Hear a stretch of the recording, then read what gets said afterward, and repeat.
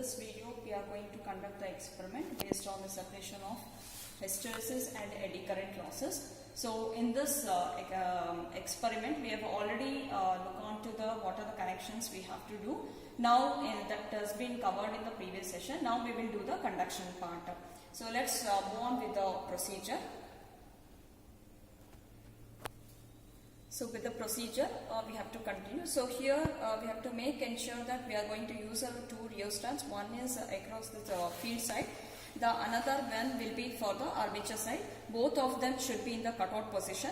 That means it should be in the minimum position.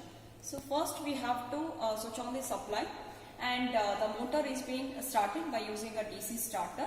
And here we have to make sure that the motor should run with a rated speed of around 1500. So that can be obtained by varying the field rheostat. So nearest to the rated value we have to vary this rheostat. Okay, that reaches to 1500. After that, next step is what we have to do is we need to switch on the SPST switch which is provided on the board, and we need to vary the dimmer stat, so which is there on the above. So we have to vary that dimmer stat in such a way that the voltmeter should be around 230 volts. So that will be read onto this meters. So we are going to apply around 230 volt supply which has been directly given to the transformer. Then what we have to do, we have to take down the readings of the voltage that will be 230, and the frequency will be the speed will be the 1500, and along with that we need to take down what is the iron loss, that is indicated by this wattmeter. The second setup of reading is we need to reduce the speed of around 1350. For that we have to vary this armature rheostat. So we need to vary this in such a way that 1500 gets dropped down to 1350. Then like that we need to take down the reading once again. Voltage, what is the respective voltage, the speed as what we had said, that is 1350, and also we need to take down the iron loss, that is indicated by this wattmeter.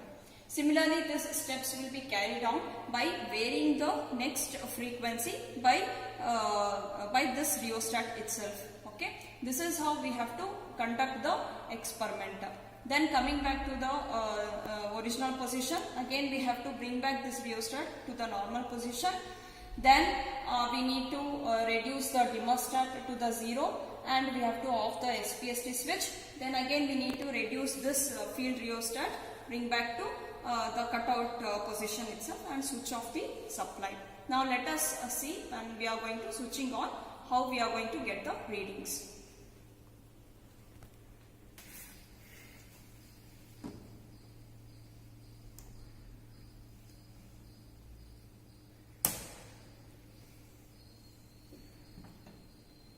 Now let us switch on the motor by the gears starter.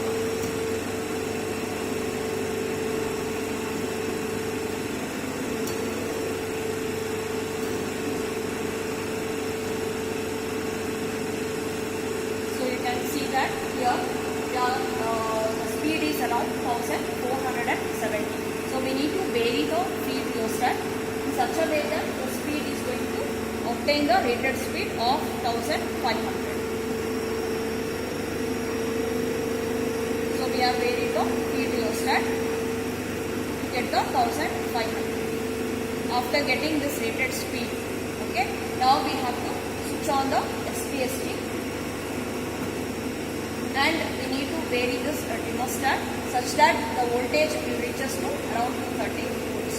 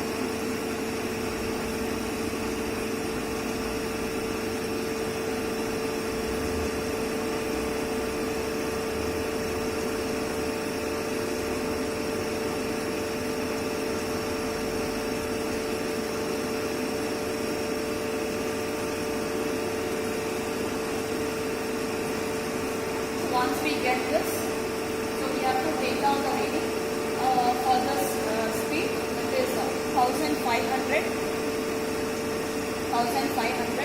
with the 230 volts. We will get the iron loss around 4 watts multiplied by the K constant, which reaches to 8. So 4 multiplied by 8, that is 32 watts. Now we have to vary the rheostat, armature rheostat, such that the speed reduces to 1350.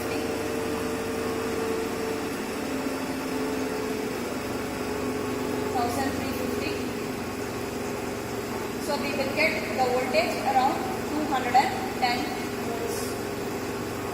So correspondingly, the iron loss will be around 3.5 multiplied by 8.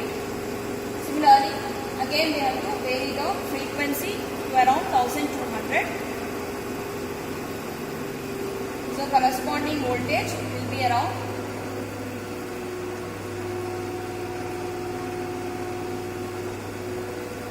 187 or 186. So corresponding the wattmeter reading will be around 3.1 multiplied by 8. Again we need to carry out this for 1050. We have to reduce the frequency. For 1050 we will get the voltage around 160 or 161.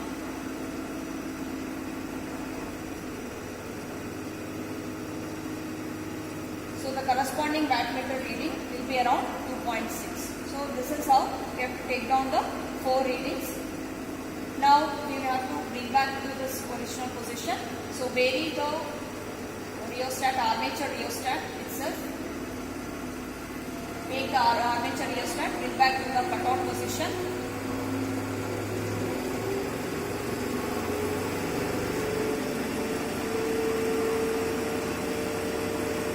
And bring back the thermostat to the 0 position. And switch off the SPST. And also we have to cut down to the field rheostat. And we have to switch off the supply.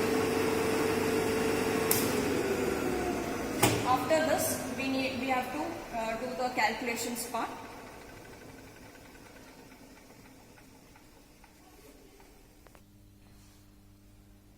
So in the calculation part, after we have taken down the readings from the experiment, now in the calculation part we have to separate the hysteresis loss and eddy current loss.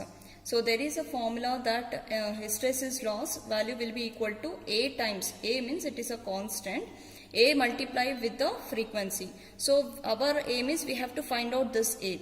So to get this A value, the constant's value, first what we have to do, we need to plot a graph between the W by F and the frequency F. So F will be considered as the x-axis and W by F will be the y-axis. So after plotting, this is how we can focus onto this graph. So where the x-axis will be the frequency and y-axis will be the W by F.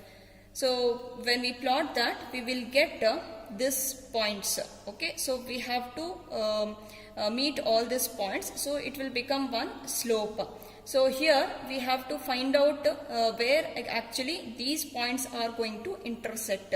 So when you're going to draw these points to meet to this y-axis, then it will meet to the around 0.64. So 0.64 will be the A constant for the hysteresis loss. So for all the values of the frequency, how much we have taken, 50, 45, 40 and 35.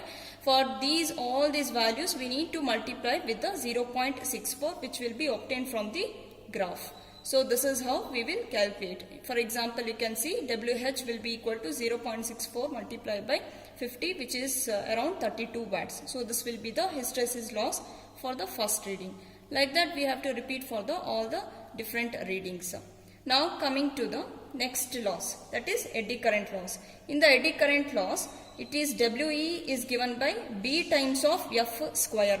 So the standard formula is B times of B means that is again a constant multiplied by frequency square.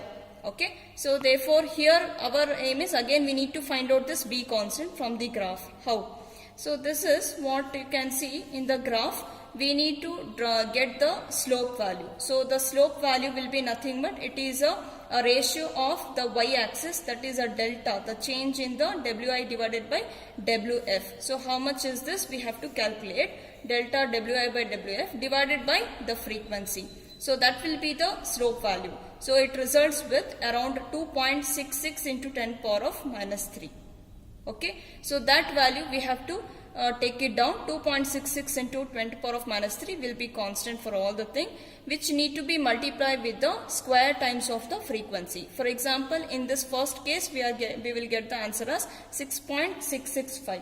So this is how we need to separate, we need to get the value of the eddy current losses. So in this experiment we can able to conclude that finally for the different value of a frequency, that is 50 Hz, 45 and 40 and 35, again you can tabulate what are the hysteresis losses and as well as the eddy current losses. So when you add these two losses, hysteresis and eddy current loss, that will give the iron loss. So that will be the total iron loss, Wi. Okay. Then this Wi by F also can be calculated by using the formula A plus B into frequency. So that gives you again the idea about the what will be the Wi divided by Wf. So we can modify the further what will be the value for the Wi by Wf. So this completes the experiment conduction related with the separation of hysteresis and eddy current losses for a single phase transformer.